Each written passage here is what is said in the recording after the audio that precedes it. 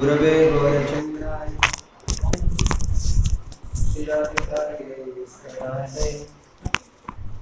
कृष्णाय कृष्णभक्ताय तद्भक्ताय नमो नमः। वाञ्छाकल्पतरुभ्यश्च कृपा सिन्धुभ्यैव च पतितानां पावनेभ्यो वैष्णवेभ्यो नमो नमः। आजानुलम्बितभुजो कनकावदातं संकीर्तने कपितरो कमलायताक्षो विश्वम्भरो द्विजवरो युगधर्मपालो वन्दे जगत्प्रियकरो करुणावतारो। हे श्री सनातन प्रभु करुणाम्बुरासि श्री रूप दुर्गत जनेर्दयार्वलोके हे भट्ट जुग्म सुमते रघुनाथ दास श्रीजीव में कुरुते मंदमते दयाम्बरा। हे कृष्ण करुणा सिंधु दीनबंधु जगतपते गोपेश गोपिका कांत राधा कांत नमस्तुते। तप्त कांचन गौरांगी राधे वृंदावनेश्वरी वृषभानुसुते देवी प्रणमामि हरिप्रिये। वृंदायै तुलसी देव्यै प्रियायै केशवस्य च कृष्ण भक्ति प्रदे देवी सत्यवत्यै नमो नमः। वाञ्छाकल्पतरुभ्यश्च कृपा सिन्धुभ्यैव च पतितानां पावनेभ्यो वैष्णवेभ्यो नमो नमः। जय श्री कृष्ण चैतन्य प्रभु नित्यानंद श्री अद्वैत गदाधर शिवासादि गौर भक्त वृंद। बोल हरे कृष्णा कृष्ण कृष्ण हरे हरे हरे राम राम राम हरे। बोल हरे कृष्ण कृष्ण कृष्ण हरे हरे हरे राम राम राम हरे हरे। सर्वप्रथम मध्य गुरुपाद पद्म ओम विष्णुपाद अष्टोत्तर श्री श्रीमद् भक्ति वेदांत श्रीधर गोस्वामी गुरु महाराज जी के अभय चरणारविंद में असंख्य कोटि प्रणिपात ज्ञापन करता हूँ। गुरु महाराज जी का हित की कृपा प्रार्थना करता हूँ। तत्पश्चात नित्यलीला प्रविष्ट ओम विष्णुपाद अष्टोत्तर श्री श्रीमद् भक्ति वेदांत श्री नारायण गोस्वामी महाराज तथा भक्ति श्री सिद्धांत गोस्वामी परम गुरु महाराज के चरणों में असंख्य कोटि प्रणिपात ज्ञापन करते हुए उनकी भी हित की कृपा प्रार्थना करता हूँ। समस्त रूपानुगो वैष्णव आप सभी भक्त सभी गुरु भ्राता गुरु भगिनी सभी के चरणों में मेरा प्रणाम। तो हम लोग पिछले क्लास में थोड़ा बहुत जो भी श्रवण कर रहे थे, किसी को उनमें से कुछ भी याद हो?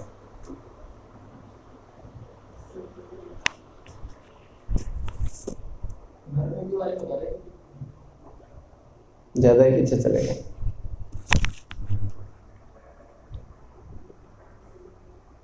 कुछ नहीं, मेमोरी खाली हो गया। आप थे एब्सेंट थे? नहीं तो आए थे आप? अच्छा, तो दाऊ जी की कृपा से तो सब आ ही जाना चाहिए। अच्छा, दीदी को भी पता है कि इस टाइम में पूछता हूँ इसलिए चली। अच्छा, तो हम लोग अजामिल के चरित्र के ऊपर आ चुके थे। कैसे? जब अजामिल अपना ब्राह्मणत्व को खो चुका था, गलत संग में आ गया था, केवल उसने एक चीज को अपने मन में स्थान दिया, एक गलत विचार को, एक गलत संग को अपने मन में भी स्थान दिया है, केवल एक बार। इसी के ऊपर हम बहुत लंबी बात होनी है, क्योंकि उसने केवल एक बार ही अपने अविद्या के साथ उसने संबंध में आया, और वही उसको क्या किया, उसके अंदर जितने भी अच्छे अच्छे गुण थे, सारे अच्छे क्वालिटीज़ थे, सत्य बोलना, दूसरों की दया करना, अपना ब्राह्मण धर्म को अच्छे से निभाना, ये जितने भी अच्छे गुण थे ना, केवल छोटी सी चिंगारी, एक छोटा सा जो स्पार्क ऑफ फायर होता है, उसी से ही वो खाक हो गया। आई बात समझ में? मतलब इतने सारे गुण अगर किसी के अंदर हों तो व्यक्ति पूजनीय बनता है। और अगर इतना छोटा सा गलती, इसलिए कई बार वैष्णव के ऊपर जब उंगली उठाते हैं लोग, जो लोग उंगली उठाते हैं ना, देखना वो सभी अवगुणों का खान होंगे, सारे अवगुण उनके अंदर होंगे। आप कभी देखे होंगे, नॉर्मली कभी हम लोग जाते हैं बाहर, तो जब जाते हैं लोग हमें देख करके बहुत कसते हैं, तंज कसते हैं, अरे बड़े बड़े तिलक लगाते हैं, वो करते हैं। कल परसों शायद आप मेरे साथ गए थे ना, रात को मेरे पीछे एक व्यक्ति आया, उसने बोला अरे आपको हाथ पाथ देखना आता है? मैंने कहा कि क्यों, क्या परेशानी?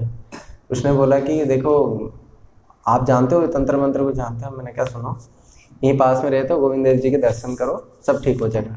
बोले हट, ये बाबा तो पागल है, ये तो पता नहीं मूर्ख है, ये मेरे को 4-5 सुना दिया। बोले ऐसे ही माला ले करके फिरते हैं, इनका कुछ वो नहीं। ये सच्ची घटना, ये बच्चा पास में है, मैं इनको लेकर के गया था रात के 10-11 बजे। तो अब अगर मैं पाखंड हूँ है तो ठीक है, हम भक्ति जगत में जब वैष्णव के सामने जाते हैं हम भी पाखंडता करते हैं, पर वो एक लेवल में। पर जब दुनिया के लोगों के सामने हम आते हैं तो कहीं ना कहीं हम तो भगवान के चरण में आकर के अच्छा ही कर रहे हैं ना, पर वो लोग हमें किस दृष्टि से देखते हैं, समझ रहे ना? तो इसलिए जनरली हम लोग क्या होते हैं, उनके विक्टिम होते हैं, वो लोग हमें सुना करके चले जाते हैं।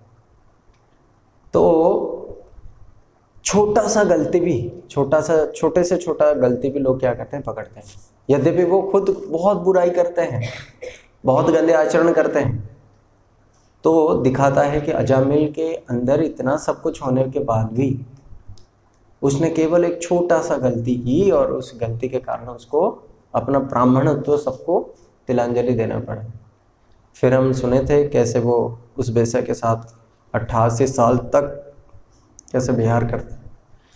10 पुत्र होते हैं, आखिरी के जो छोटा सा बच्चा, उसका नाम नारायण रखा जाता है। आसक्ति छोटे बेटे के होने के कारण वो क्या करता है, नारायण तुम माँ के गोद से मेरे पास आ जाओ, नारायण मेरे लिए ये ले आओ, नारायण वो कर दो। होता है ना, जब बच्चे छोटे होते हैं बड़ा लगाव होता है। जब छोटे छोटे आज भी बच्चों को देखते हैं तो लाड़ प्यार करने की मन करता है, होता है। तो वही कारण है कि जब किसी का 10 बच्चे हों और सबसे छोटा बच्चा, और अगर उसके प्रति जितनी अटैचमेंट होती, तो मृत्यु का समय आया, पाप करने के कारण उसको यमदूत आ गए। यमदूत उनके हाथ पकड़ लिया, उसको निकालने लगे। अब हम जानते हैं कि यमदूत का स्वरूप कैसा होता है, यहाँ पे वर्णन आता है। यम महाराज जी के जो दूत होते हैं ना, वो कैसे दिखते हैं बताएं? कहते हैं ऊर्ध्व रोमा, हमारे रोंगटे दिखते हैं, रोंगटे दिखते नहीं ना, उनके रोंगटे दिखते हैं, उड़ते बड़े बड़े, हाँ पूरे रॉकेट जैसा। और पास हस्त, पास हस्त मतलब कोड़े लिए हुए हैं हाथ में। वक्रमुख, वक्रमुख मतलब मुंह टेढ़ा। कोई एक ऐसा भी साधारण रूप में अगर मिल जाए देखने में कितना अजीब लगता है। और ये तीनों महान गुण जिसके अंदर होंगे, जिसके स्वरूप में 3 चीजें दिख रहे होंगे, वो कितना विकराल होंगे। मृत्यु के समय भी इतना आसान नहीं है। मृत्यु के समय 42,000 बिच्छू, जो कि गरुड़ पुराण में लिखा है। और अपने पूर्व जन्म की जो पाप है, अगर किसी समय किसी कारणवश उसको परेशान नहीं कर पाए हैं, तो वो अंतिम समय आ जाते हैं, सब उसको परेशान करते हैं। कैसे? तन से, मन से, है ना। ऊपर से वो व्यक्ति कई सारे अटैचमेंट भी तो इकट्ठा किया है जिंदगी भर।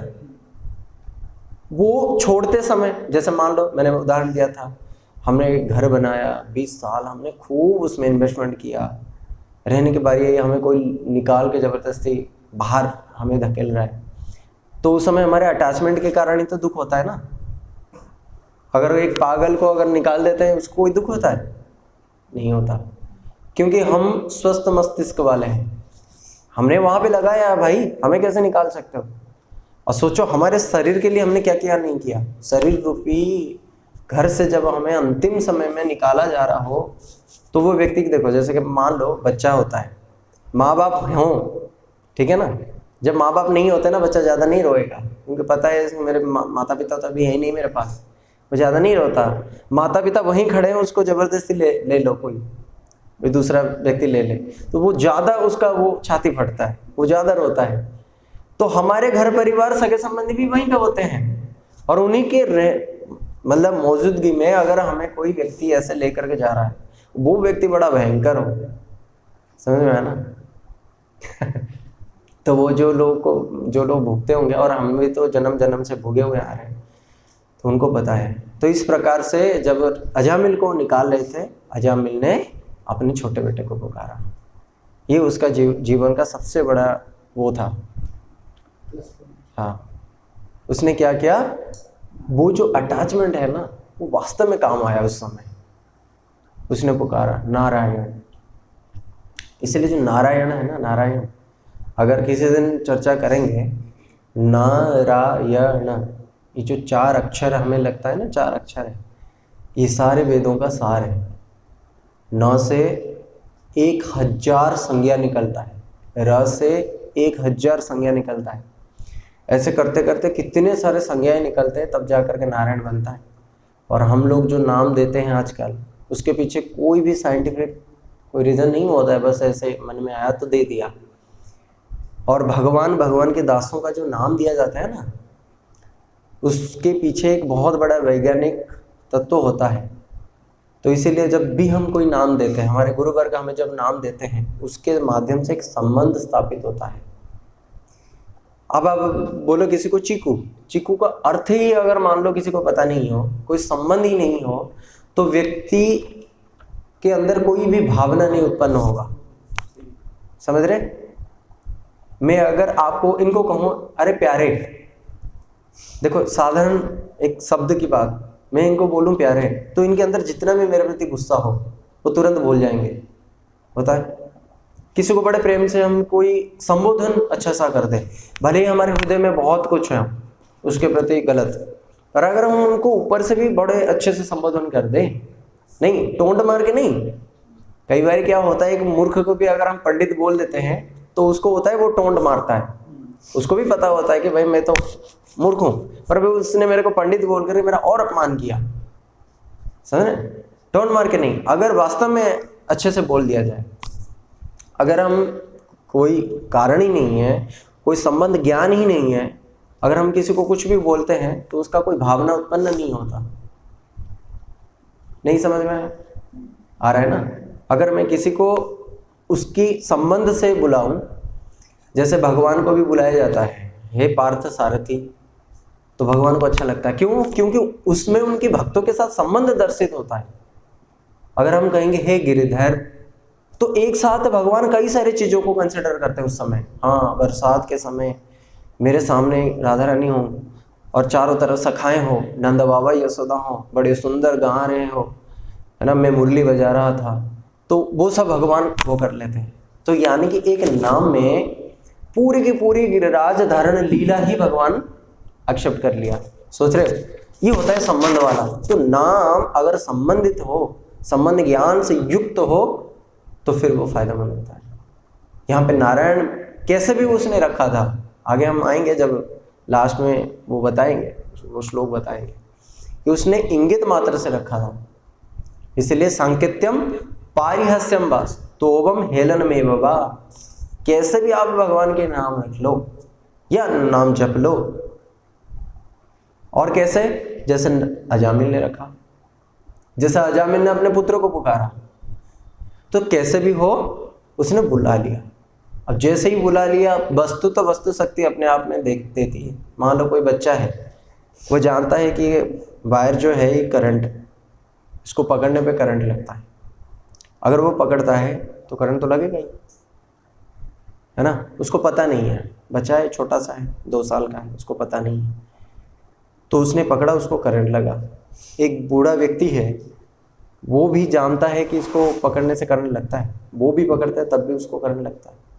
यानी कि ज्ञात चाहे अज्ञात, कैसे भी हम इस वायर को पकड़ें तो जो वस्तु के अंदर शक्ति है उसके साथ हम संबंधित हो ही जाते हैं। नहीं, कोई ये तो नहीं कहेगा कि भाई मेरे को पता नहीं था, आग में हाथ डालने पे जलाती, हमने डाल दिया तो जला दी, ये भाई तो हमें पता नहीं था। तो तुम्हारे पता ना होने से वस्तु अपना शक्ति थोड़ी ना खो देगी, समझ में आया? इसलिए वस्तु की विशेषता क्या है? उसकी वस्तुत्व है। तो वो जो वस्तुत्व है उसकी जो शक्ति है, वस्तु शक्ति, नारायण की वस्तु शक्ति क्या है? नारायण की वस्तु शक्ति क्या है? नारायण नाम की जो शक्ति है, सारे पापों से मुक्त कराना, वो भगवत धाम तक लेकर के जाना। इसीलिए उसको क्या कहते हैं? तारक नाम पारक नाम, तारक ब्रह्म पारक ब्रह्म। तो नारायण के नाम से वो निष्पाप हो गया। अब बताओ, जो व्यक्ति निष्पाप है उनके लिए नरक है या जो व्यक्ति पापी हैं उनके लिए नरक है? पापियों के लिए ना। इसने तो नाम से सारे पाप धो दिया, है ना? एक नाम से इतना पुण्य होता है, मतलब इतना वो होता है, बल होता है कि पापी चाह करके भी इतना पाप नहीं कर सकता। उस दिन मैंने कथा सुनाया था ना वशिष्ठ जी के, उनके पुत्र के पास गए तो पुत्र ने बोला 3 हत्या आपने करी है। माता पिता को तो मतलब श्रवण कुमार को तो मार ही दिया, उनके वियोग में 2 और माता पिता की भी मृत्यु हो गई। तो 3 बार राम नाम जप लो और आप पाप से मुक्त हो जाना। तो उन्होंने 3 बार जप लिया, जैसे गुरुपुत्र की आज्ञा थी। वापस आ गए, वशिष्ठ जी को पता चला, वशिष्ठ जी ने क्या बोला? तुम्हें नाम की महिमा पता नहीं अब तक। उन्होंने उनको अभिशाप दिया, तुम्हें अब तक नाम की महिमा पता नहीं। अरे राम के नाम 3 ही तो हत्या है, 3 ही तो हत्या है, तो तुम एक नाम के बराबर, ऐसा पातकी पातक कर ही नहीं सकता, और तुमने 3 नाम वो कर लिया, एक नाम के बराबर पाप ही नहीं कर सकता, तो तुम्हें इसका मतलब पता नहीं, भगवान के नाम का महिमा पता नहीं है। फिर वहां पे आ जाते हैं कौन? विष्णुदूत। विष्णुदूत का भी यहाँ पे स्वरूप वर्णन किया गया, कितना सुंदर उनका स्वरूप है। कहते हैं तुलसी माला विमंडित, तुलसी माला धारण किए हुए, पद्म पुष्प की पद्म पंखुड़ी की भांति उनके नेत्र युगल। 4 विष्णुदूत आए हैं। अभी 4 विष्णुदूत क्यों आए हैं? क्यों आए हैं? क्योंकि उसने नारायण, ये जो 4 अक्षर बोला है ना, इन चारों अक्षर का परिणाम 4 विष्णुदूत आए हैं। इसलिए भगवान भी क्या करते हैं पता है ना? जो व्यक्ति इस भूमंडल में जो व्यक्ति भगवान की भक्ति करता है ना, आप मत सोचो कि भगवान या ऊपर से देख करके मॉनिटर कर रहे होंगे, मेरा भक्त अगर कहीं पे होगा, जब करेगा तब मैं जाऊंगा या तब किसी को भेजूंगा। नहीं, भगवान ने पहले भेज रखा है, अपने पार्षदों को भेज रखा है कि तुम पग पग पर, इस स्क्वायर में, उस स्क्वायर में, उस चौक पे, उधर जा करके उधर सब जगह घूमते रहना। मेरे भक्तों के ऊपर आए हुए विपत्ति को हमेशा तुम देखते रहना, है ना?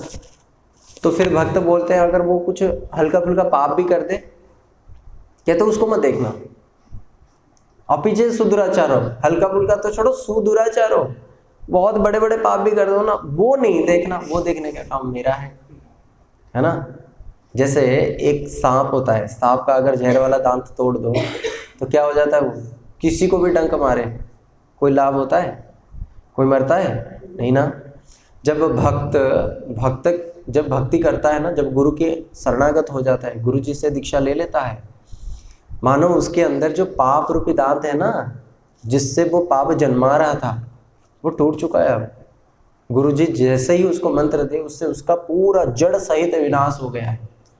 अब वो कितना भी पाप करे, उसकी चिंता यमराज जी नहीं कर सकते, कोई और नहीं कर सकता, वो स्वयं गुरु जी करेंगे या भगवान करेंगे उसके लिए, है ना? तो इसलिए भगवान अपने दूतों को प्रेरण कर रखा है, सर्वत्र जगत में वो घूमते फिरते रहते हैं। तो यहाँ पे कह रहे हैं कि इसका पाप नष्ट तो हो गया था। कहते कौन सा पाप नष्ट हो गया था? कहते जो चीज बहुत प्रायश्चित करने के बाद भी नष्ट नहीं होता, केचित केवलया भक्त्या केचित केवलिया भक्त्या वासुदेव परायणा अघम धुन्नति काश्चन निराहामेव भास्कर। मैंने उस दिन बताया था सूर्य क्यों आते हैं जगत में, प्रकाश देने के लिए। पर सूर्य आते ही ना कुछ और चीजें भी हो जाते हैं साथ ही साथ, है ना, उसको उनके आनुषंगिक कार्य कहते हैं। जैसे अंधकार हट जाता है, ठीक, जैसे भूत पिशाच भाग जाते हैं, चोर डकायत भाग जाते हैं, है ना, जैसे बड़े बड़े बर्फ पड़े हों वो भी पिघल जाता है। तो यहाँ पे कहते हैं निराहामेव भास्कर, कोहरा हट जाता है। मान लो रात को कोहरा हो और सूर्य उदय हो गए तो कोहरा हट जाता है।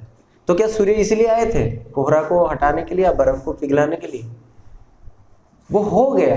तो ठीक उसी प्रकार से भगवान की भक्ति से, कैसी भक्ति?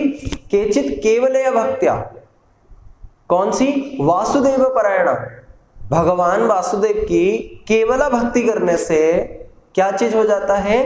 भगवत प्रेम प्राप्ति हो जाती है।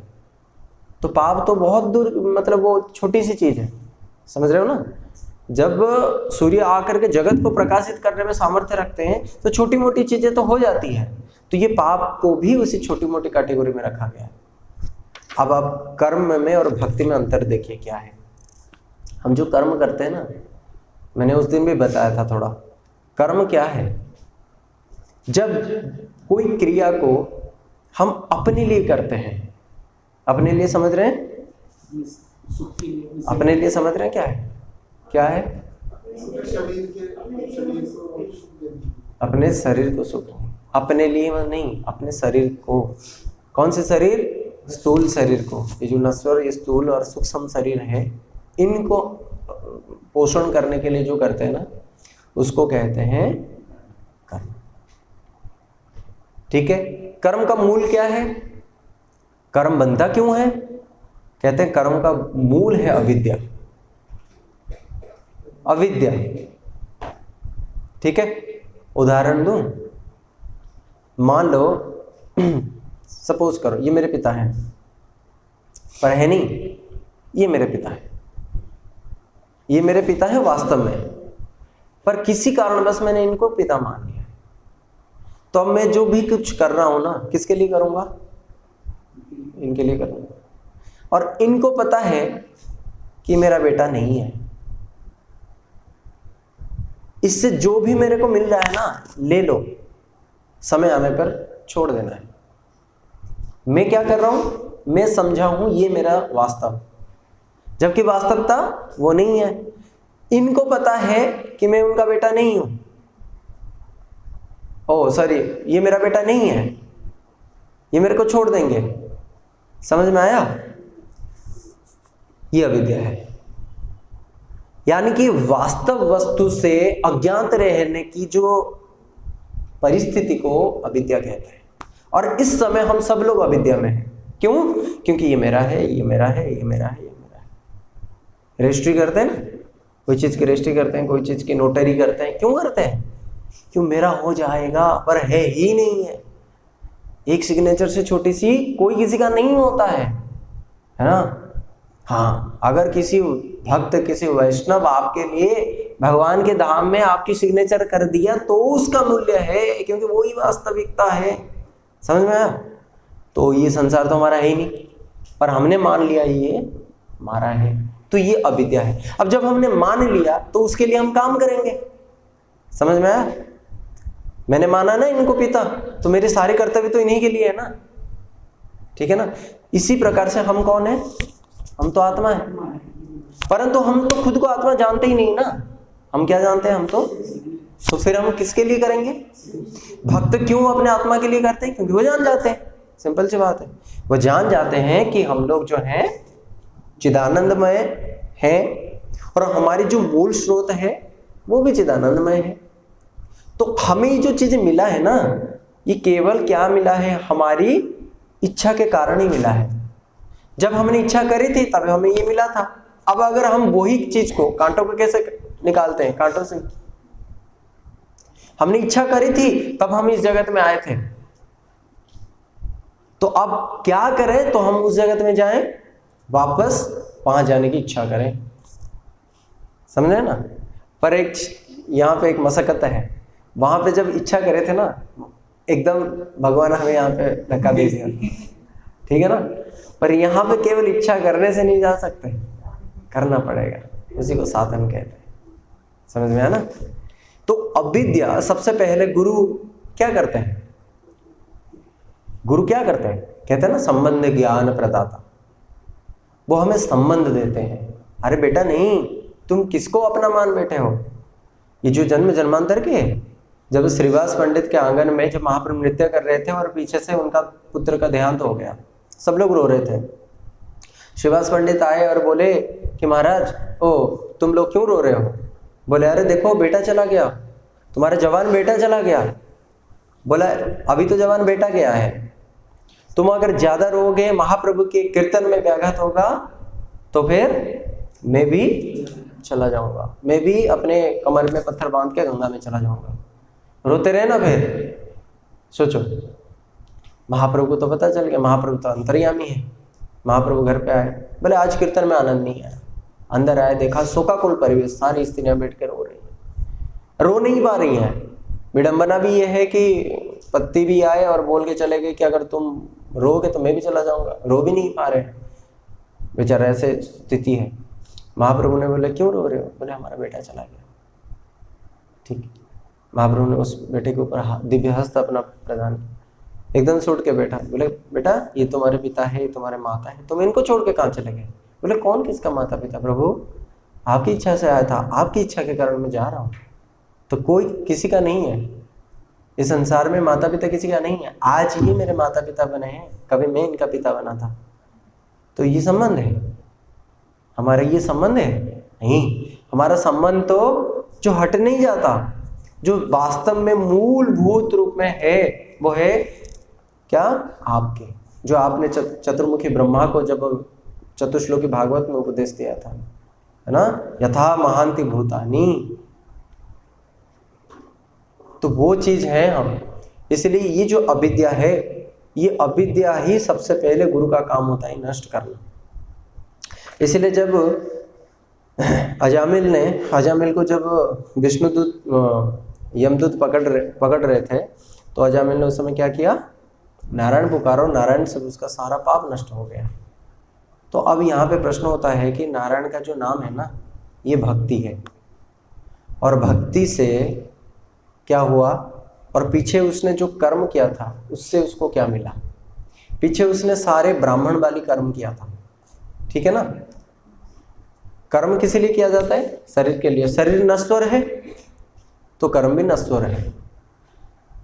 देखो आधार अगर नश्वर होगा, साधन भी नश्वर होगा और फल भी नश्वर होगा, ठीक है। हमारे इस शरीर से हम क्या करते हैं, कर्म करते हैं, तो शरीर भी नष्ट हो जाता है, जो कर्म करते हैं वो भी नष्ट हो जाता है, होता है ना। और जो कर्म करने के बाद हमें फल भुगतना पड़ता है, जैसे स्वर्ग में चले गए, ब्रह्मा जी के लोक में चले गए, ऊपर के अच्छे अच्छे भोग लोकों में चले गए, तो क्या वहां पे नित्य हमेशा के लिए रहेंगे, नहीं रहते, नहीं रहते। और फिर मान भी लो इंद्र का एक वो फिक्स है, आयु फिक्स है, ठीक है ना। भोग की एक आयु फिक्स भी है ऊपर लोक में, यहाँ तो नहीं है। पर वहां पे जाने के बाद भी मान लो कोई असुर का ज्यादा शक्ति हो जाता है ना, तो वो इंद्र को हटा देता है, यानी कि जितना समय भुगतना था वो भी नहीं भोग पाए, तो कर्म है कैसे नश्वर है। इसलिए आ ब्रह्म भुवन लोका, जितने भी ब्रह्मा जी के तक लोक है ना, इस सब में चले जाएंगे, पर हमें तो क्षीणे पुणे मर्त्य लोकम विशन्ति, आना ही पड़ेगा, ठीक। तो कर्म से प्राप्त हुआ फल भी नश्वर हो गया, शरीर तो नष्ट हो ही गया था। भक्ति देखो, भक्ति का आधार क्या है, किससे होती है भक्ति, आत्मा से। भक्ति का आधार क्या है, आत्मा है, कर्म का आधार शरीर है। भक्ति करते हैं हम आत्मा से, तो आत्मा कैसी है, सच्चिदानंदमय, नित्य है, ना कभी मरती है, हाँ मरती है। अच्छा, साधन क्या है, भक्ति है, सच्चिदानंदमय है, वो भी नित्य है। फल क्या प्राप्त होता है, कृष्ण प्रेम, वो भी नित्य है। समझ में आया ना, क्लियर। तो अजामिल ने पहले जो भी कुछ किया था वो सब कर्म था, और एक छोटी सी गलती उसके सारा का सारा कर्म, कैसा था वो कर्म? एक बहुत बड़ा बलून था, बहुत बड़ा बलून, ठीक है ना। छोटी सी गलती क्या है? एक पिन उसमें चुभ गया, खत्म, है ना। और भक्ति कैसी है? भक्ति कैसी है? मान लो कि छोटे दिया के समान है ना। और पाप कैसे हैं? करोड़ों करोड़ों जंगलों की बिल्कुल अंधकार हो या गुफाओं की अंधकार हो। अगर कभी हम मैचेस जलाते हैं वहां पे, तो क्या अंधकार ये कहेगा कि भाई मैं तो करोड़ों युगों से यहाँ पे वास कर रहा हूं, मेरे को जाने के लिए तो 10 मिनट चाहिए ना? नहीं ना, तुरंत हट जाता है। तो कर्म कितना वो है, पर लोगों को समझ में नहीं आता है। भोगों के लिए, सामान्य भोग के लिए वो लोग क्या करते हैं? कर्म करते हैं। और कर्म का फल क्या है? इससे कर्ममय चक्र में पूरा जन्म जन्मांतर भटकता है। भोग इतने आसान नहीं है भोगना भी, ना भोग की भी कोई स्पृहा कम भी होने वाली है। भगवान गीता में कहते हैं ना, काम रूपेण कौन्तेय दुष्प्रेण अनलेन च, है ना। काम कैसा है? एक आग की तरह है। आग में कुछ भी डालो वो कम हो जाती है, बढ़ती है? थोड़ी कम होगी फिर बढ़ेगी, है ना। आग की जो आ है ना, उसकी जो मुंह है ना वो बड़ा है, उसमें जितना भी डालो वो और बढ़ता है। और इस पूरे हमारे सनातन शास्त्र में भरे पड़े हैं। कहां से उठा के बोलोगे? ये कामना है ना, किसी को भी शांति नहीं दी। ये जो कामना है, इस संसार को भोगने की जो वृत्ति है, ये किसी को भी शांत नहीं किया। ये भोग कैसा है देखो, लगता नहीं है। जो भोग है ना, भोग बुद्धि प्रसक्ता नाम, ये बड़ा जकड़ा हुआ है। आप इनका नाम सुना है? याति महाराज कैसे अपने भोगों के पीछे पागल होकर के जीवन का सब मूल्यवान समय गवा दिए। याति महाराज जी जो थे, एक समय देवजानी और शर्मिष्ठा, सुना होगा ये कथा, तो सुना है या सुना? सुना ना? अच्छा, सुकृति नहीं, सुकृति कर्म में नहीं है। सुकृति का मतलब क्या है? भक्ति के साथ संबंधित होना। बताऊंगा कैसे। तो एक समय क्या हुआ कि एक याति महाराज जी थे, है ना। तो जो शुक्राचार्य थे, शुक्राचार्य की बेटी का नाम था देवयानी।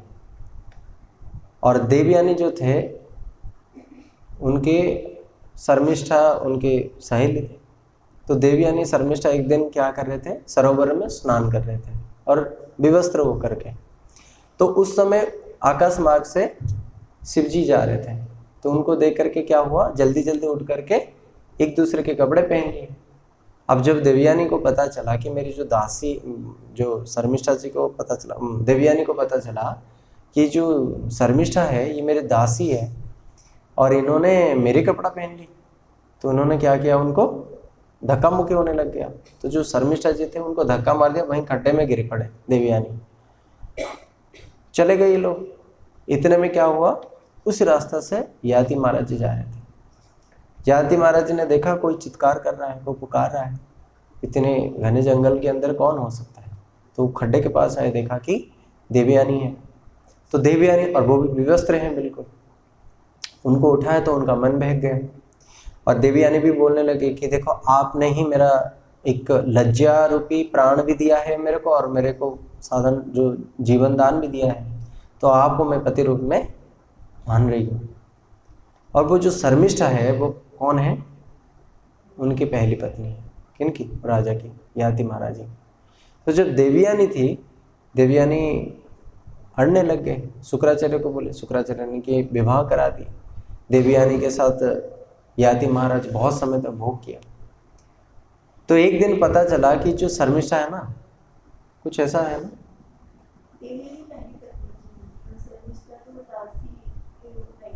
शर्मिष्ठा दासी के रूप में है, तो शर्मिष्ठा को धक्का मार दिया था। हाँ, हाँ शर्मिष्ठा थी वो, हाँ बाद में वो फिर जा करके शुक्राचार्य, हाँ सही। हाँ पूर्व के थे। तो जब, हाँ तो देवयानी जी जो है वो उनकी पहली पत्नी थे, शुक्राचार्य की बेटी हाँ है देवयानी। देवयानी। तो शर्मिष्ठा इनकी दासी थी, तो देवयानी जी ने शर्मिष्ठा को धक्का मार दिया, तो शर्मिष्ठा को फिर उन्होंने क्या किया, उद्धार किया था। अच्छा, बाद में वो शादी तो उन्होंने देवयानी से करी थी, हाँ। शर्मिष्ठा तो दासी के रूप में आई। हाँ। उसमें इस तरीके से मुझे कि शर्मिष्ठा है ना वो राजा की बेटी है और राजा का गुरु है शुक्राचार्य। हाँ शुक्राचार्य। उसकी लड़की है देवयानी। जब वो राजा ने जब उनसे शादी करने के लिए बोला तो वो वापस आ गए ना, तो देवयानी ने उसने अपने साथ में वो रखा है, उसको नौकरानी की तरीके से शर्मिष्ठा। लेकिन वो शादी करके, और जैसे आप बता रहे हैं कि वो उससे भी प्रेम कर रहा है, और देवयानी को जब पता चला तो उसने अपने पिता से बोला, उसको फिर उसने वो बनाया। वो तो जो उम्र खत्म कर दी थी उसी की वही कथा कहते हैं। फिर शर्मिष्ठा के जो पुत्र थे उनमें से जो सबसे छोटे वाले वो है शर्मिष्ठा का एक ही पुत्र था पुरु।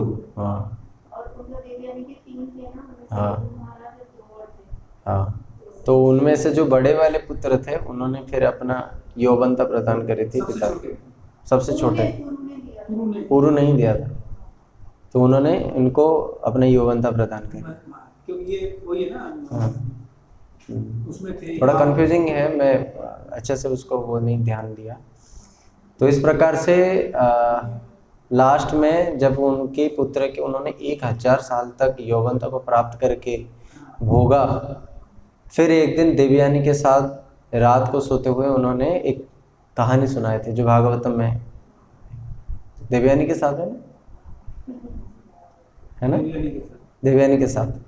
तो देवयानी को बताया कि एक जगह एक बकरा था, एक बकरी गिरी हुई थी, है ना, उसको फिर वहाँ से उठाया, फिर कैसे उसके साथ अपने एक बच्चा बकरा का जो यौवनता लेकर के भोग किया, 1000 साल हो गया। उस समय देवयानी समझ रही थी कि ये तो हमारी कहानी। तो वहाँ पे भागवतम में एक सुंदर श्लोक आया है, श्लोक में कहते हैं यद ब्रीहि यद सुवर्णम यद स्त्रियम।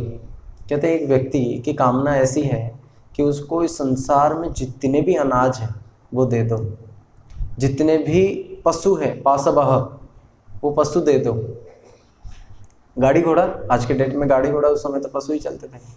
और धन मतलब क्या होता है, ये सब अनाज, ये सब है ना, सुवर्ण सोना, सोने चांदी धन, ये सब। और स्त्रियः भोगने के लिए सारे सुंदर सुंदर स्त्रियों को दे दो।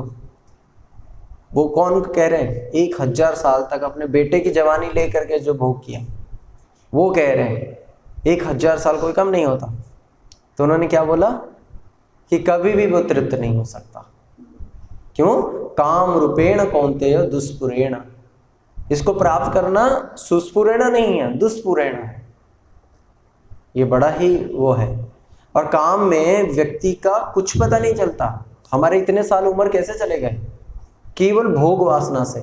नहीं, अरे हम तो छोड़, बड़े बड़े ऋषि, कंडू ऋषि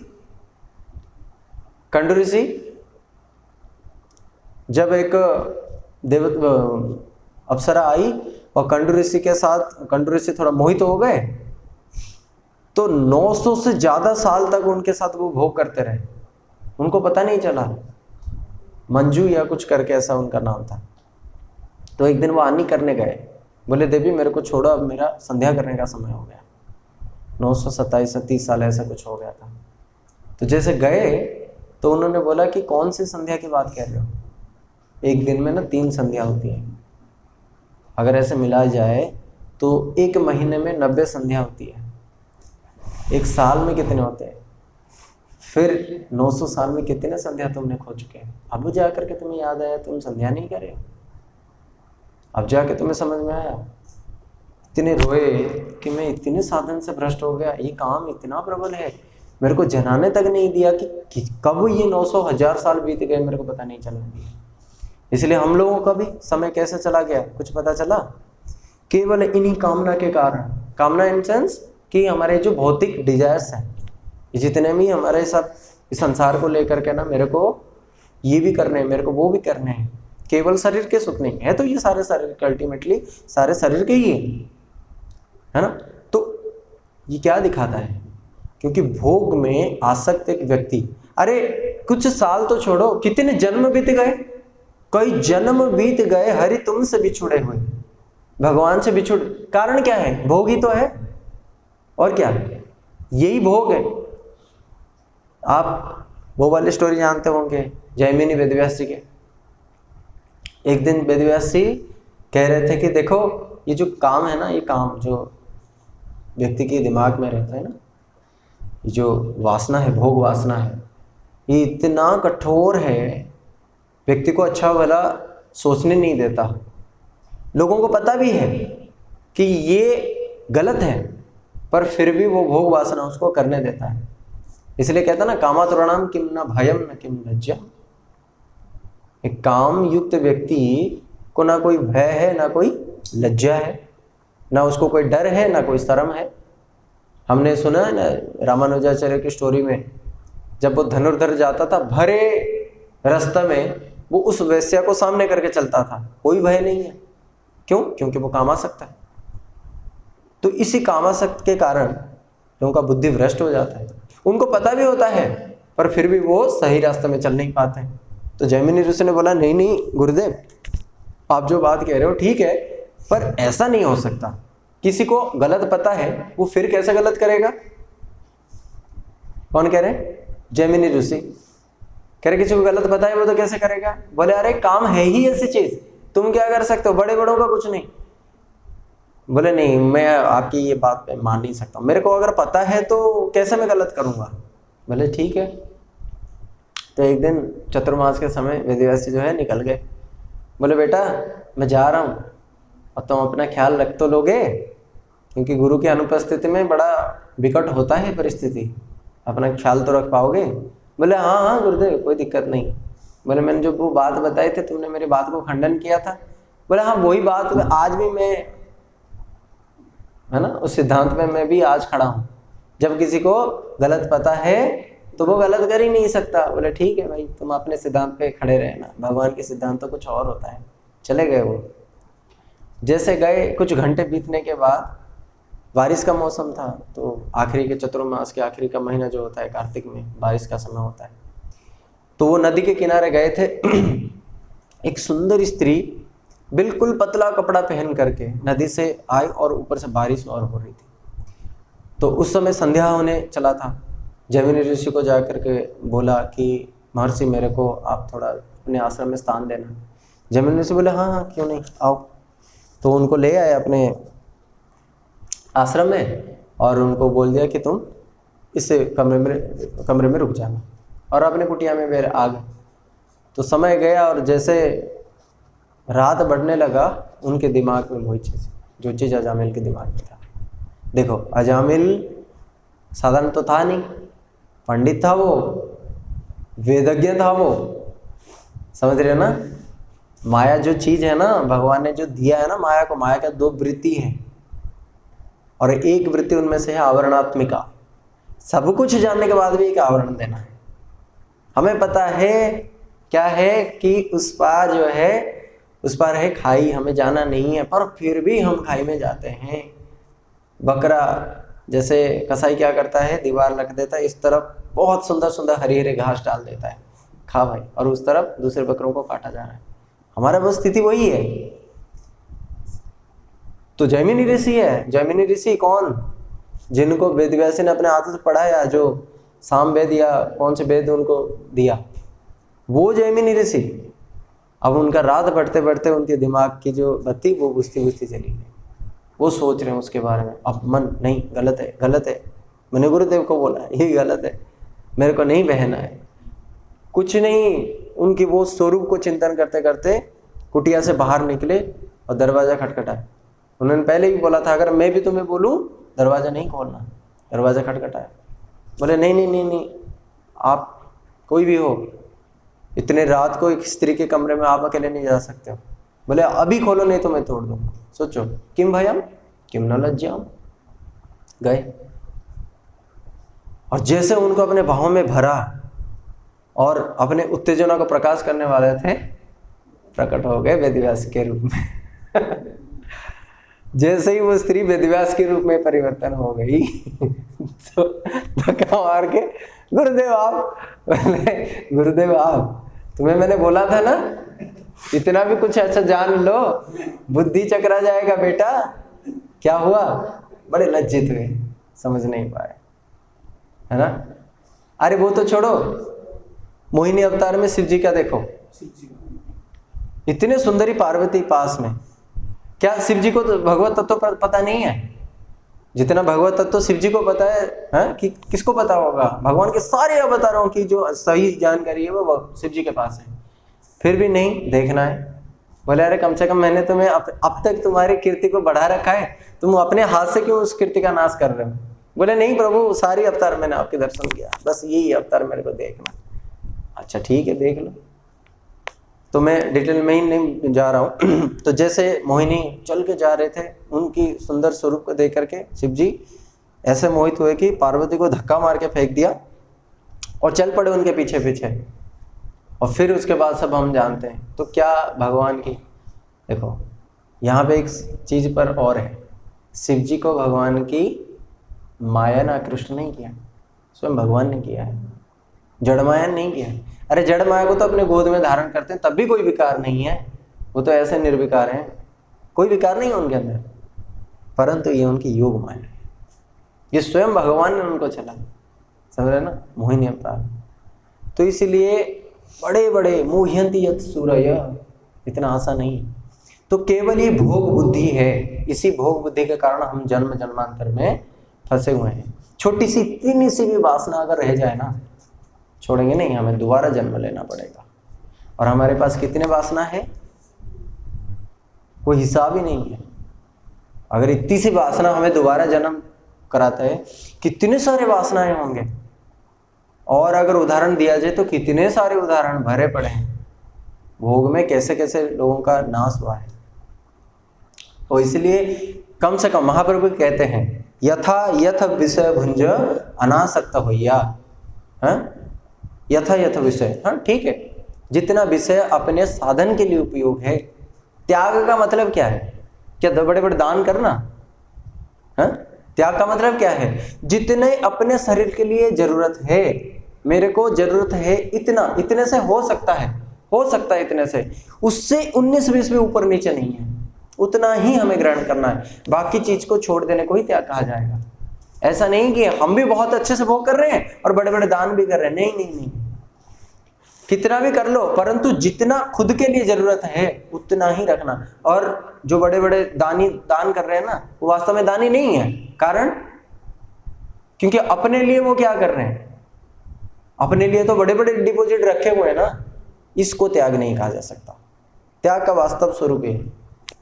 तो इसीलिए भोग मार्ग में व्यक्ति हमेशा अशांत रहता है। और भोग देखना, जब हम भोग करते हैं ना, वो भागवत में आया ना, प्रहलाद महाराज जी कहते हैं भोग कैसे है, जैसे कंडुआयन, खुजली के समान है।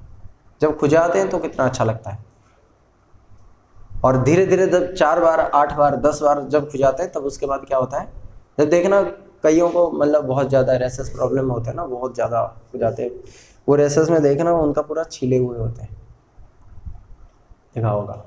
तो वो सब क्या है, खुजाते खुजाते उनको मज़ा तो आ रहा था, परंतु फिर हाँ, इसलिए इस पर कोटि के लोगों को भागवतम में 4 प्रकार स्थान में रखा गया।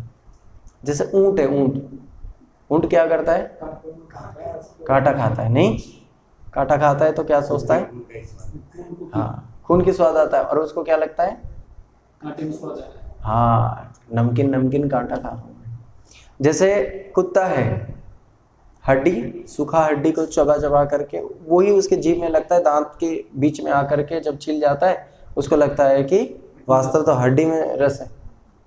तो हम क्या करते हैं, अपने ही खून के साथ दिन में भी और रात में भी खेल करके क्या करते हैं, सुख का अनुभव तो करते हैं, परंतु सुख वो होता है नहीं, क्योंकि वास्तव में ये संसार कैसे है, दुखालयम अशाश्वतम।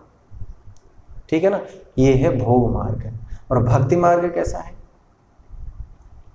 भक्ति मार्ग कैसा है, भक्ति मार्ग देखो, भक्ति मार्ग में स्व सुख का कोई भी कामना नहीं है, पर फिर भी सुख मिलता है। ज्यादा है। यहाँ पे क्या है, हम अपने लिए करते हैं परंतु हमें वास्तव में सुख प्राप्त होता नहीं है। और भक्ति मार्ग में कैसा है, भगवान के लिए करते हैं। देखो जितना भगवान को सुख मिलता है ना, देखना दो प्रकार का सुख होता है, एक विषय जातीय सुख, एक आश्रय जातीय सुख। विषय जातीय मतलब हम जिसको सुख दे रहे हैं, यानी कि जो सुख का उपभोक्ता है कौन है, परमार्थ राज्य में सारे सुख का उपभोक्ता कौन है, कृष्ण है। बाकी तो सब भोग ही है ना, भोग्य है, भगवान सबको भोग करते हैं, भोक्ता केवल कृष्ण है। तो हम कृष्ण को भोग दिया, कृष्ण भोग करके सुखी होना चाहिए ना, हम दुखी होना चाहिए। इस संसार में मैं गिरधर प्रभु का सेवा किया, अब गिरधर प्रभु को सारे मतलब अच्छे से फैसिलिटेट किया, अब मैंने खुद अपना सब कुछ त्याग करके, तो मेरे को तो दुख मिल रहा है ना, उनको सुख मिल रहा है ना।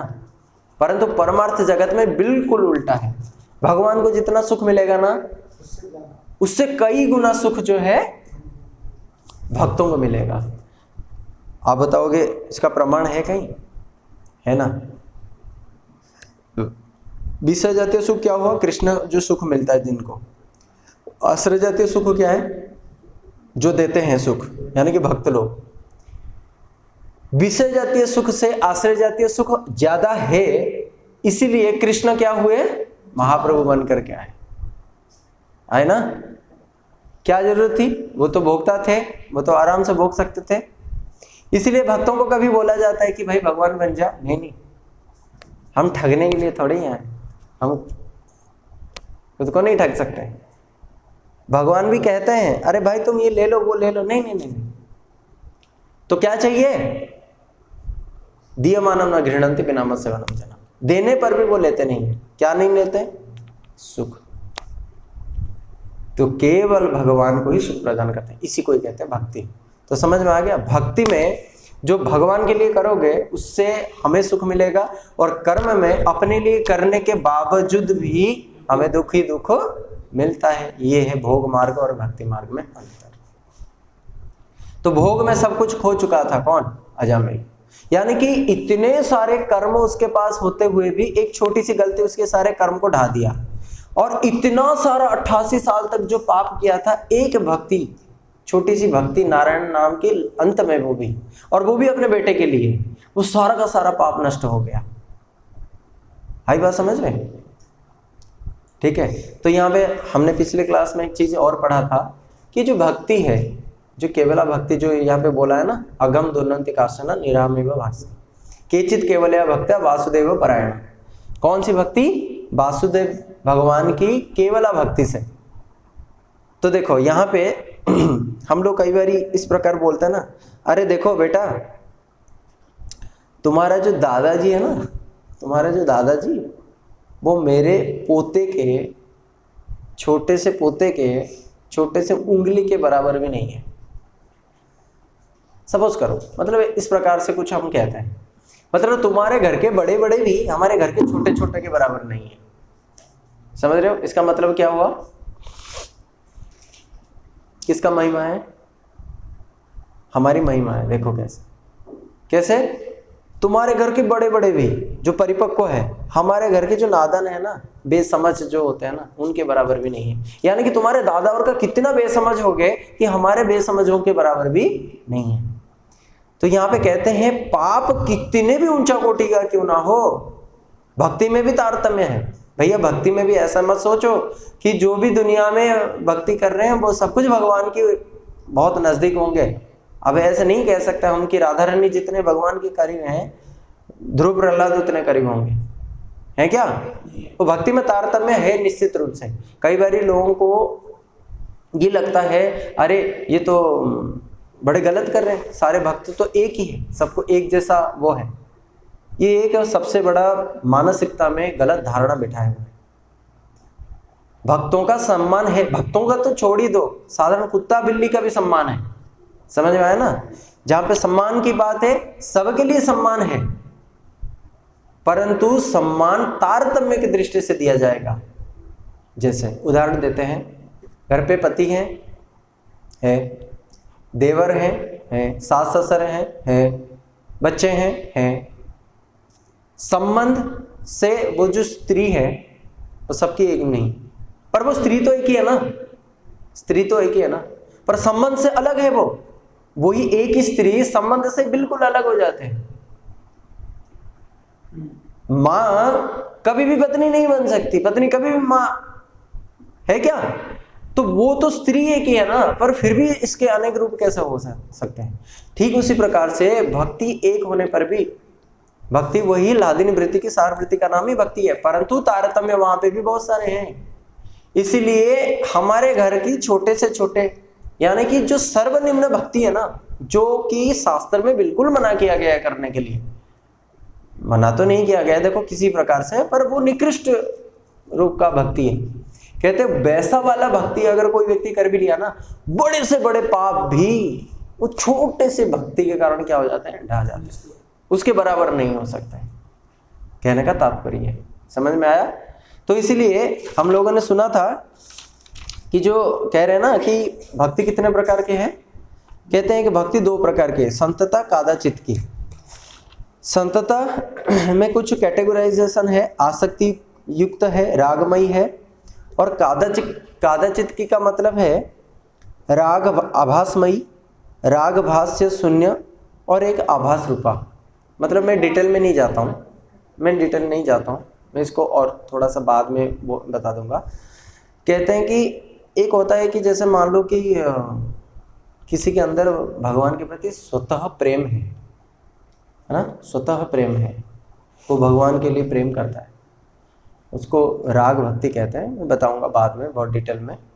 जो रागात्मिक भक्ति है जैसे ब्रजवासियों की है ना, अगर अभी हमें बोलें, जैसे हम लोग सुनते हैं माधवेंद्र पुरी पाद को, गोपाल जी ने बोला कि माधवेंद्र तुम जाओ तो मेरे को गर्मी लग रही है, और तुम जा कर के लेकर के आओ, मेरे लिए चंदन लेकर के आओ। तो उन्होंने क्या ऐसा बोला कि भाई नहीं आप चिंता क्यों करते हो, मेरे पास अमेजन है, फ्लिपकार्ट है, मैं मंगवा देता हूँ, वैरायटी भी मिल जाएगी, है क्या? नहीं ना। उन्होंने क्या बोला, आपकी इच्छा, आपकी जैसी खुशी। उन्होंने निकले उस समय, क्या उन्होंने अपने लिए देखा? देखो वो कौन थे? सन्यासी। कैसी सन्यासी? अयाचिक वृत्ति वाले। वो मांगते नहीं थे। चलो जैसे मैं यहाँ पे बैठा हूँ, मैं किसी से कुछ मांगता नहीं। आप दो चार घर वाले यहाँ जानते हैं कि बाबा किसी से कुछ नहीं मांगता है, तो शाम होते ही कुछ दे गए, है ना, खा के मैं अपना गुजारा कर दिया, ठीक है, मैं मांगा नहीं, पर आपको पता है आपने दे गए। पर अगर किसी को पता ही नहीं है तो वो कैसे देगा भाई? जब माधवेंद्रपुरी पाद गिरिराज से जगन्नाथपुरी जाएंगे तो रास्ते में क्या सबको थोड़ी ही पता है, तो वो तो किसी से मांगे ही नहीं, किसी को पता भी नहीं है। गिरिराज पे तो चलो कोई भी दे सकता है, पर अगर और दूर चले गए, हम यूपी पार कर गए, तो हमें तो पता ही नहीं ना, लोगों को पता नहीं है। परंतु उस समय उन्होंने ये बात सोचा नहीं है। उन्होंने बोला कि गोपीनाथ का केवल एक सुख है, कैसे मैं उनको सुख दूं, तो वो निकल गए। ये नहीं देखा कि मेरा उम्र ज्यादा है, ना उम्र का उन्होंने देखा, ना अपना अयाचिक वृत्ति का उन्होंने देखा, ना किसी चीज का उन्होंने देखा। इसीलिए भक्ति है ना, भक्ति क्या है? भक्ति केवल अपने इष्ट की जो सुख के कामना, और कुछ नहीं है। उसमें हमारी गंध मात्र भी, भोग ज्ञान कुछ भी बाधा नहीं दे सकता, है ना। अगर हमारे नियम है तो वो भी भगवान के सुख के लिए, अगर हमारे विधि है तो भगवान के सुख के लिए, अगर निषेध है तो भगवान के सुख के लिए। इस संसार में दो चीज है, शास्त्र में बताया, विधि निषेध। विधि मतलब कुछ चीजों को करना, निषेध मतलब कुछ चीजों को छोड़ना। ये दोनों किस लिए बने हैं? भगवान के लिए बने हैं। अगर विधि और निषेध आपके भगवान की सेवा में बाधा है, दोनों को छोड़ो। समझ में आया? समझ में आया ना। अगर आपको रास्ते के बाएं तरफ जाने पे एक्सीडेंट नहीं हो रहा है तो बाएं तरफ जाओ, अगर दाएं तरफ जाने में एक्सीडेंट नहीं हो रहा है तो दाएं तरफ जाओ, अगर आपको दोनों तरफ जाने का एक्सीडेंट हो रहा है तो बीच में जाओ। तो हमें अल्टीमेटम हमें देखना चाहिए क्या? वो भगवान की उसे। इसलिए श्रोतव्यम स्मरतव्यम सततम विष्णु न जात, हमेशा भगवान के लिए है। ये सारे विधि निषेध का काम ही यही है, भगवान को जोड़ना। अगर वो हमें भगवान में जोड़ नहीं सकता, जैसे मान लो कई बार क्या होता है, भक्तों का ये होता है कि प्रभु जी हम सवेरे मंगल आरती ना नहा नहीं पाते हैं, हमारे वो जुकाम लग जाता है, वो हो जाता है, तो अगर नहा नहीं पाते हो, उद्देश्य क्या है? भगवान की मंगला दर्शन करना, ठीक है। अगर आपके भगवान के बीच में बाधा ही यही है कि जुकाम लग जाता है, नहा नहीं पाते, उसको हटाओ ना, बिना नहाए जाओ, बिना नहाए जाओ। अगर आपका दाएं हाथ काम नहीं कर रहा है माला करने में, आपका बाएं हाथ तो स्वस्थ है, बाएं हाथ से करो। अगर आपका बाएं हाथ काम नहीं कर रहा है, मुख काम कर रहा है, मुख से करो। करना है वो चीज जो भी हमें उसमें सहायक करेंगे, हम उसी का अनुरूप होते हुए चलेंगे। समझ में आया ना? तो इसीलिए कुछ इस प्रकार का भक्ति होते हैं जो कि शुद्ध रूप में होते हैं। तो भक्ति में तारतम्य अवश्य है। मूल कौन सा ऐसा भक्ति है जिसमें भगवान प्रसन्न हो जाते हैं? वो है उत्तमा भक्ति। और जो सर्वनिम्न भक्ति है ना, उसके भी जो सबसे नीचा वाला है ना, अगर वो चीज हमने कर लिया तो कहते हैं सुबधा और क्लेशाग्नि, मतलब हमारे हृदय से सारे क्लेश नष्ट हो जाएंगे। मैंने बताया था क्लेश कितने प्रकार के हैं। सुबधा क्लेश कितने प्रकार के? पाप बीज और अविद्या। पाप क्या होता है? जो हमें भुगतना पड़ रहा है इस समय, ठीक है ना, बीमारी के रूप में, कोई मानसिक रूप में किसी ने हमें कुछ बोल दिया, ये सब चीजें, ये पाप है। और पाप बीज क्या है? क्या है पाप बीज? नहीं, जो ये वासना है जो हमें पाप कराता है, क्योंकि बीज होगा तभी तो फल पेड़ होता है। तो जो पाप बीज है वो भी नष्ट हो जाता है। ना रहेगा बांस ना बजेगी बांसुरी। अगर पाप जो वासना है ही नहीं तो फिर वह व्यक्ति क्यों पाप करेगा? अभी पहले हम जो पाप करते हैं, पहले इच्छा करते हैं या पहले पाप करके फिर दोबारा बाद में इच्छा करते हैं? पहले क्या करते हैं? इच्छा करते हैं। तो ये इच्छा जो है ना, ये बीज कहा जाता है। ये बीज भी नष्ट हो जाता है। और दूसरा, ये बीज आता क्यों है? क्योंकि हम अविद्या है, हमारे अंदर संबंध ज्ञान नहीं है कि हम कौन है।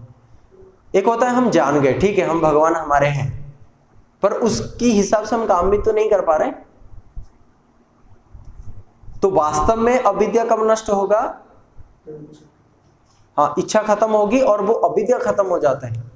अभी हम जान करके भी जान नहीं पाते क्योंकि वो अनुभव हमारे पास नहीं है। तो भक्ति करने मात्र वो अनुभव हमारे पास आ जाता है। हमारे पिता जो हमारे को जन्म दिए, हमें बड़ा किया, अगर वो भी हमारे पास में बैठेंगे ना, अगर भक्ति की मात्रा ऐसा हो तो मन में ये कहेगा नहीं नहीं नहीं नहीं, ये मेरे कोई नहीं है, कोई नहीं है, बिल्कुल। मतलब अभी तो हम बुद्धिपूर्वक कर रहे हैं, तो उस समय स्पॉन्टेनियस हो जाएगा वो चीजें। समझ में आया? अविद्या, ये तीन चीज नष्ट हो जाएंगे। सुबधा, सब प्रकार के शुभ चीजें उदय होने लग जाएंगे। मोक्ष लघुताकृत दुर्लभा, मुक्ति को भी जो सबसे छोटा कर दे, लघु, यानी कि जो भक्ति, अभी देखो ना हम लोगों का भक्ति क्या स्तर है, हमारा क्या भक्ति का स्तर होगी बताओ? हम लोग तो ढंग से 16 माला भी नहीं कर पा रहे हैं। सोचो, कोई काम हम अच्छे से ढंग से नहीं कर पा रहे हैं। भक्ति 2 दिन का नियम लेते हैं, 4 दिन में टूट जाता है। यही तो होता है। मैं कई बार कई नियम लिया, मैंने नियम लेना ही बंद कर दिया। मैंने कहा जो चल रहा है चलने दो। तो फिर भी हम लोगों को पता है कि मुक्ति कभी नहीं मांगनी।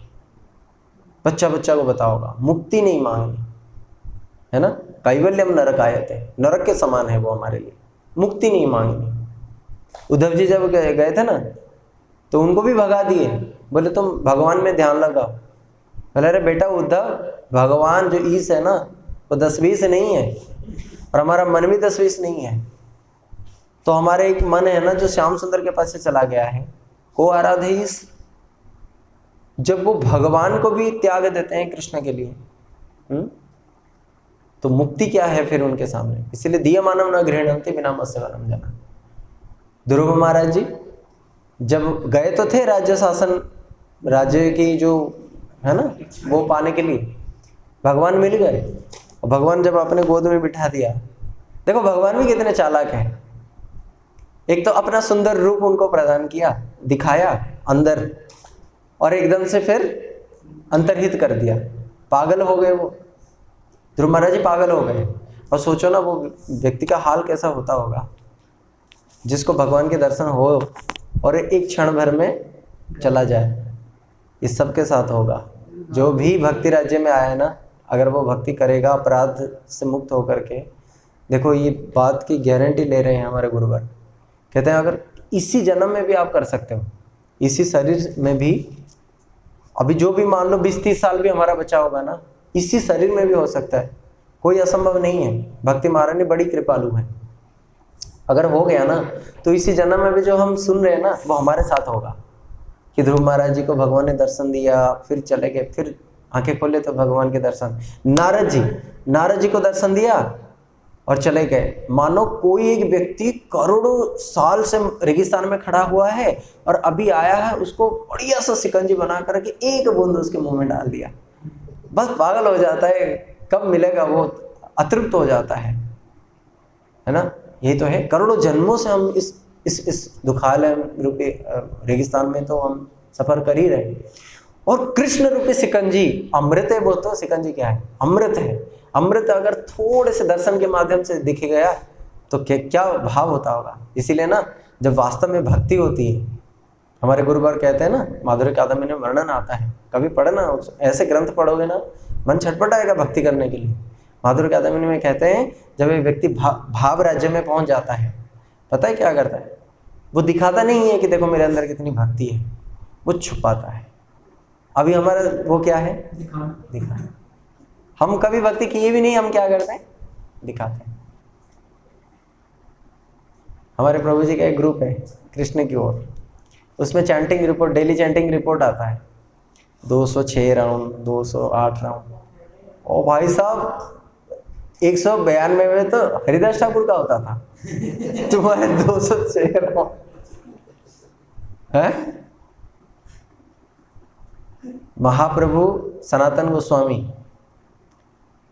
गोस्वामी जब चंद्रशेखर के घर पे वाराणसी में महाप्रभु रुके हुए थे ना, सनातन गोस्वामी कैसे आए थे, क्या दीनता होगी उनकी। देखो जो कहते हैं ना भक्ति जिसके अंदर होता है ना, उतना झुका हुआ होता है, क्या कहते हैं उसको, ह्यूमिलिटी, बड़ा शीर्षक परिमाण में होता है। सनातन गोस्वामी तो बादशाह के राज्य के प्रधानमंत्री थे, है ना, मुसलमान के बादशाह के राज्य के। जब वो भक्ति में आए, महाप्रभु के वहाँ पे आए, महाप्रभु अंदर बैठे हुए हैं, उनकी हिम्मत नहीं हो रहा है कि सांकल को खटखटाएं, दांत में तिनका दबाए हुए खड़े हुए, पर महाप्रभु तो महाप्रभु जानते हैं। तपन मिश्र को बोले जाकर देखना बाहर मेरा एक शुद्ध भक्त है। वो अंदर बाहर गए, देखा कि कोई नहीं, एक भिखारी खड़ा हुआ। आकर के बोले महाप्रभु कोई नहीं है, बोले कोई एक होगा, बोले भिखारी बेस में कोई है, बोले उसी को ही ले आओ। तो कितनी दीनता होगी, जो प्रधानमंत्री हो उनके अंदर कितनी दीनता होगी। देखो ये है भक्त। जब महाप्रभु उनको आ रहे थे ना आलिंगन करने के लिए पुरी में, उनके अंदर जो झारखंड के अरण्य से आए हुए थे, झाड़ियां कांटे वगैरह लग करके उनका पूरा शरीर जो है वो हो गया था, घाव भर गया था, कंडूरस हो गया था। उनको पता है महाप्रभु मेरे को देख लेंगे, आलिंगन करने के लिए दौड़ेंगे। वो दूर रहे, महाप्रभु के पास नहीं गए। हाँ, और क्या सोच रहे हैं कि शरीर को रख के मेरे क्या लाभ है, रथ के सामने जाके कूद के मैं अपना प्राण विसर्जन कर दूंगा। महाप्रभु को इतना गुस्सा आया, बोला सारे अगर अभी तुम इस प्रकार सोच रखोगे तो कल को तो टिकट लग जाएगा। क्या रथ के सामने मरने से कोई वैकुंठ चला जाएगा क्या? तो फिर तो कल को मतलब टिकट सिस्टम करने पड़ेंगे। सभी आएंगे कि मैं मरूंगा पहले मेरा है। तो क्या दीनता होगी। जिस रास्ते में पंडे लोग जाते हैं, महाप्रभु जिस रास्ते से पंडे लोग जाते हैं, सनातन गोस्वामी जो उत्तप्त बालू का है, जो मरुभूमि, जो क्या नाम है, समुद्र के जो रास्ता होता है ना, रेती, और गर्म रेती के ऊपर जा रहे हैं। क्यों? क्योंकि वहां पे जगन्नाथ जी की सेवा करने के लिए जाते हैं। और मैंने मुसलमान बादशाह के यहाँ पे काम करके आया, मैं नहीं जा सकता। क्या दीनता होगी। कौन है ये? लवंग मंजरी है। अब सोचो उनके अंदर क्या दीनता। हरिदास ठाकुर, क्या दीनता होगी। क्यों? कारण क्या है? क्योंकि वास्तव में वे लोग भक्ति के अधिकारी। तो मैं कहाँ पे था? भाव राज्य में। तो जो भाव राज्य होता है ना, उस समय व्यक्ति कुंडी बंद कर देगा। क्योंकि आडंबर में ना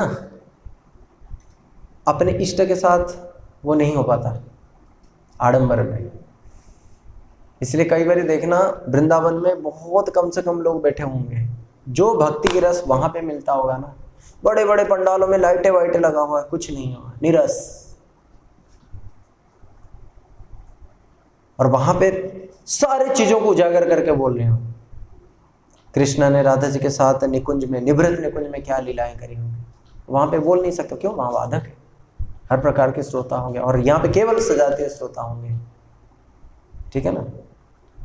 प्रमाण क्या है? महाप्रभु रामकेली में जब आ रहे थे ना, उनके पीछे लाखों लोग चलने लगे। महाप्रभु ने रूप गोस्वामी सनातन गोस्वामी क्या बोला? नहीं, ये वृंदावन जाने का परिपाटी नहीं है, वृंदावन तो आस्वादन करने का भूमि है। ऐसे लोगों को भीड़ भाड़ लेकर के कोई फायदा नहीं। इसलिए वृंदावन भी जाना कैसे है?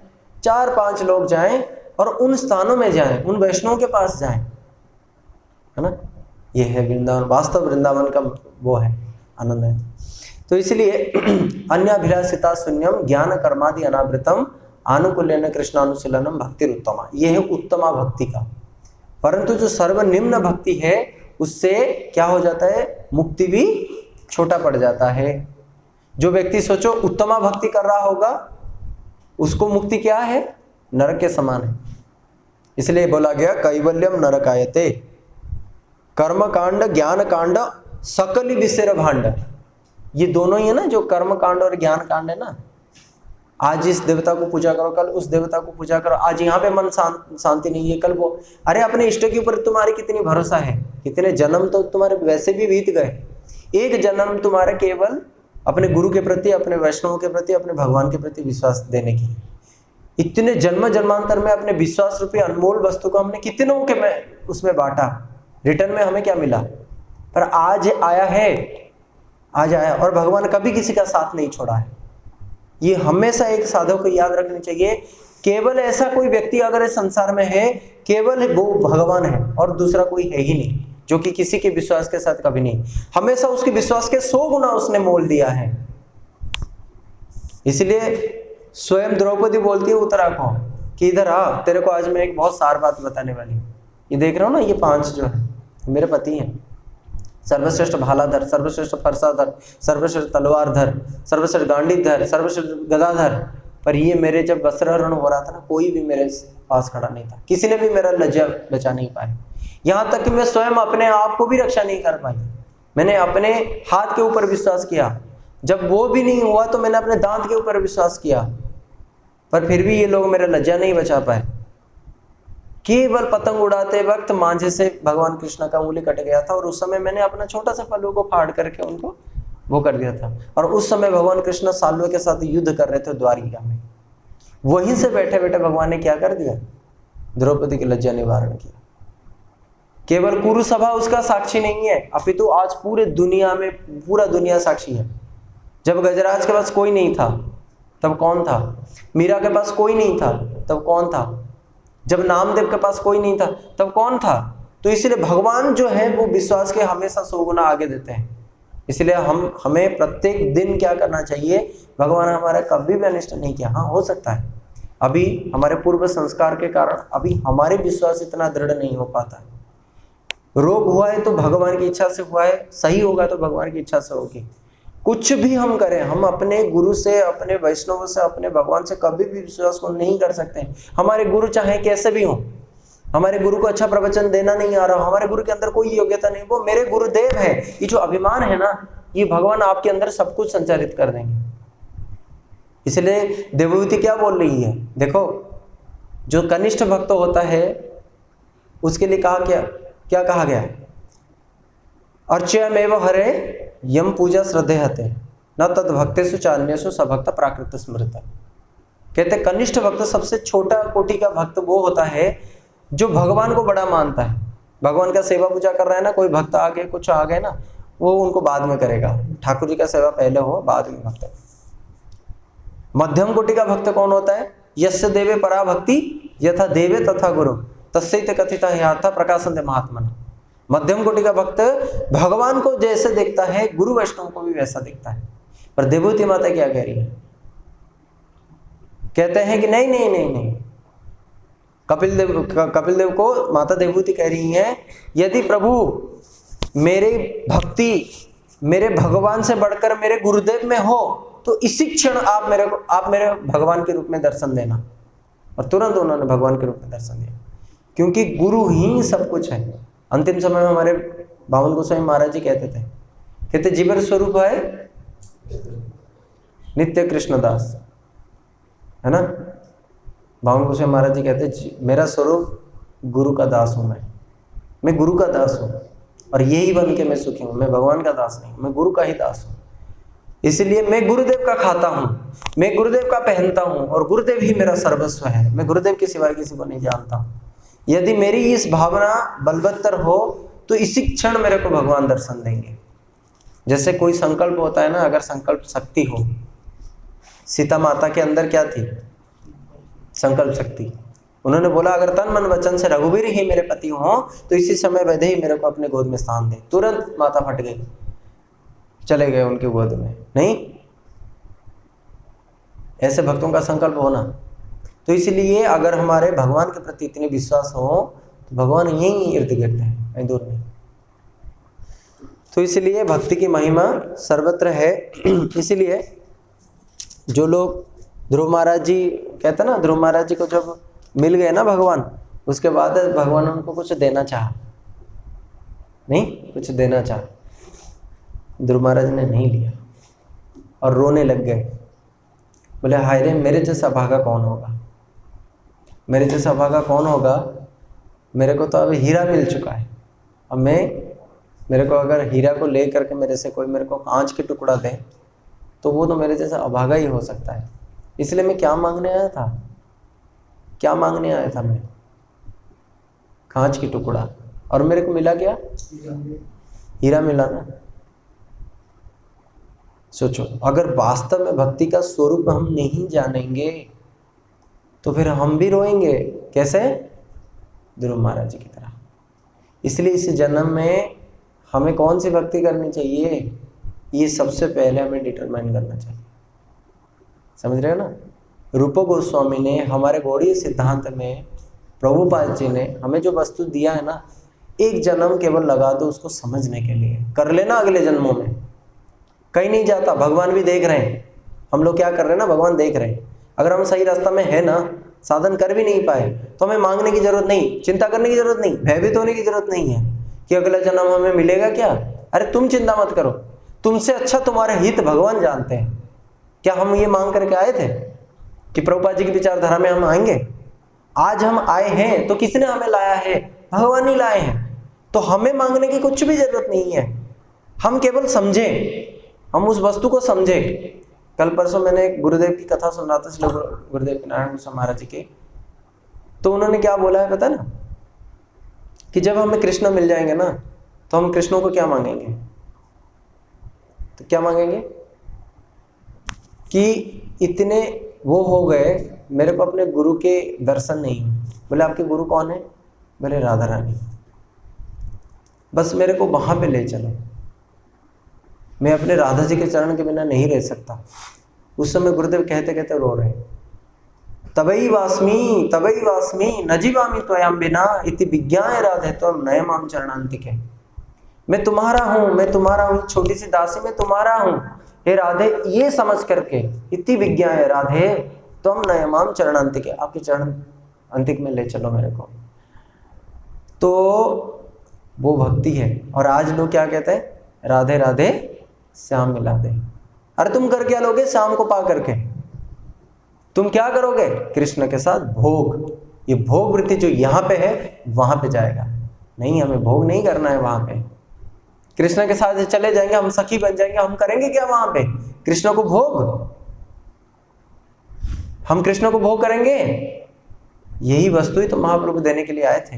हम भोग नहीं करेंगे, हम तो केवल राधा जी के चरण में लिपट जाएंगे। और जैसे उनकी जो वो है ना, जैसे उनके आदेश हो गए, हम केवल युगल को मिलन कराएंगे, केवल राधा और कृष्ण के मिलन में हम वो सब काम करेंगे। इसीलिए सेवा से बढ़कर के कुछ भी नहीं है। अपने स्व सुख की कामना सब कुछ फीका पड़ जाए जब सेवा करने जाते हैं। जब सेवा करने जाते हैं, नारद जी ने पूछा, रुक्मिणी द्वारका में रहते रहते आपको माता कभी ऐसा नहीं लगता जब कृष्ण रात को उठते हैं और रोते हैं, हे राधे तुम कहाँ हो, तुम मेरे प्राण के दिया के समान हो, किस दिन बुझ जाता है, किस दिन चल जाता है, मेरे को बहुत तड़पना पड़ता है। तो जब वो राधा जी के बार बार नाम लेते हैं, ललिता विशाखा का नाम लेते हैं, तो तुम्हें कष्ट नहीं होता? देखो सेवा की भावना क्या है, सेवा में ना त्याग हमेशा होता है। इसलिए सेवक का जो धर्म होता है ना बड़ा कठिन होता है, इतना आसान नहीं है। सेवक इतना आसानी से नहीं बन सकता। हो सकता है दिखेगा, पूरा दिन भर कुछ नहीं कर रहा है, अगर कोई सेवक है दिख सकता है, परंतु उस सेवक का जो स्वरूप है वो दिखना बड़ा कठिन है। रुक्मिणी क्या बोल रही है, बोले देखो जिस दिन हमें पता लगे ना कि हमारे श्याम सुंदर को, हमारे ठाकुर जी को सबसे अच्छा कोई सुख दे सकते हैं, तो इसमें डरने वाली बात क्या है? ये हमें और सुख देता है कि नहीं? वो राधा जी, वो ललिता विशाखा हमारे ठाकुर जी को ज्यादा सुख प्रदान करते हैं, हमसे भी ज्यादा, इसलिए इसमें ईर्ष्या का कोई स्थान नहीं है। ये हमारा सुख का वो है। राधा जी भी क्या कह रही है, अगर कल को मेरे को पता चल जाए, कल मेरे को पता चल जाए कि मेरे से भी ज्यादा कोई कृष्ण को सेवा कर सकते हैं या कर सकती है, तो मैं तो उसको उसके चरण धोने के लिए तैयार हूं। समझ रहे हैं ना? परंतु अनयाराधितो नूनम, उनसे अच्छे से आराधना कोई कर ही नहीं सकते राधा जी से। ये है सेवा। इसलिए एक सुख जो हमें इस समय गुरुदेव ने दिया है, हम जीवन में कुछ भी करें, कहीं पे भी रहें, कितने ऊंचाई पे चढ़ क्यों ना जाए, और देखना रोज प्रतिरोज ना कुछ ऐसी चीजें आता है जो कि हमें इन भावना से दूर ले जाता है, बहुत दूर ले जाता है ना?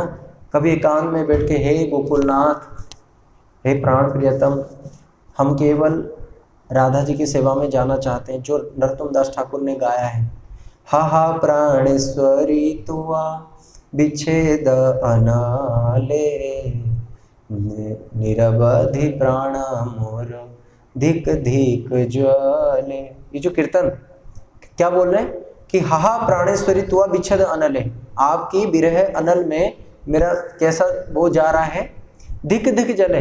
किसी वस्तु को जला देना बहुत जल्दी वो नहीं, पर अगर थोड़ी थोड़ी करके जलाओगे उसको कितना कष्ट होगा। मेरा प्राण भी इस प्रकार जल रहा है, क्या करूं? मेरे को वहां ले चलो, वहां पे ले चलो जहां पे कांताली सहित तुम्हें विरह, जहां पे तुम अपने प्रियतम के साथ विहार करते हो। मेरे को वो स्थान दे दो जब तुम खा करके कुछ फेंक दोगे, हम वही खा करके जी जाएंगे, पर यहाँ पे सार्वभौमत्व हमें चाहिए नहीं। हम यहाँ पे कीट जन्म हो यथा तुआ दास, बहिर्मुख ब्रह्म जन्म नहीं आस।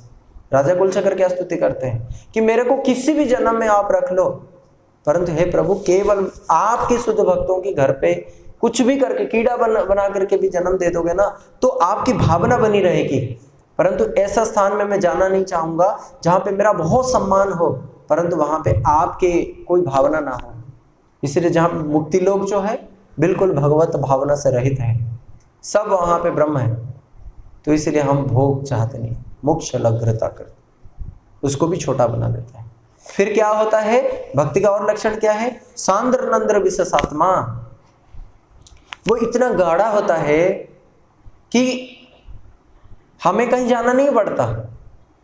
श्री कृष्ण आकर्षणी, कृष्ण खुद आ जाते हैं, समझ रहे हो, और ऐसे आ जाते हैं और हमारे आसपास घूमते हैं। अब तो हम क्या करते हैं, कृष्णों को पाने के लिए भक्तों के आसपास घूमते हैं, परंतु उस समय हमारे जो प्रेम भक्ति अगर इतनी कोटि अच्छी हो जाए तो स्वयं भगवान आकर के वो क्या करेंगे, घूमते रहेंगे आसपास।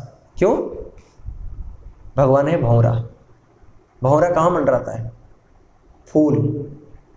जब हमारे हृदय की मकरंद यानी कि जो शहद बन जाता है ना, तो खुद भगवान आते हैं उसको शोधन करने के लिए, फिर वो बनते हैं मधुसूदन। समझ में आए? तो इस प्रकार से भक्ति जो है हम आगे श्रवण करेंगे, किस प्रकार इनका फिर और आगे गति होती है, अजामिल कैसे आगे चल करके भगवान को प्राप्त करते हैं, भगवान के नाम की क्या महिमा है। और यमदूत और विष्णुदूतों का जो संवाद होता है बड़ा ही सुंदर वो है। ठीक है, आज भी तो वैसे कोई ज़्यादा लोग आए नहीं।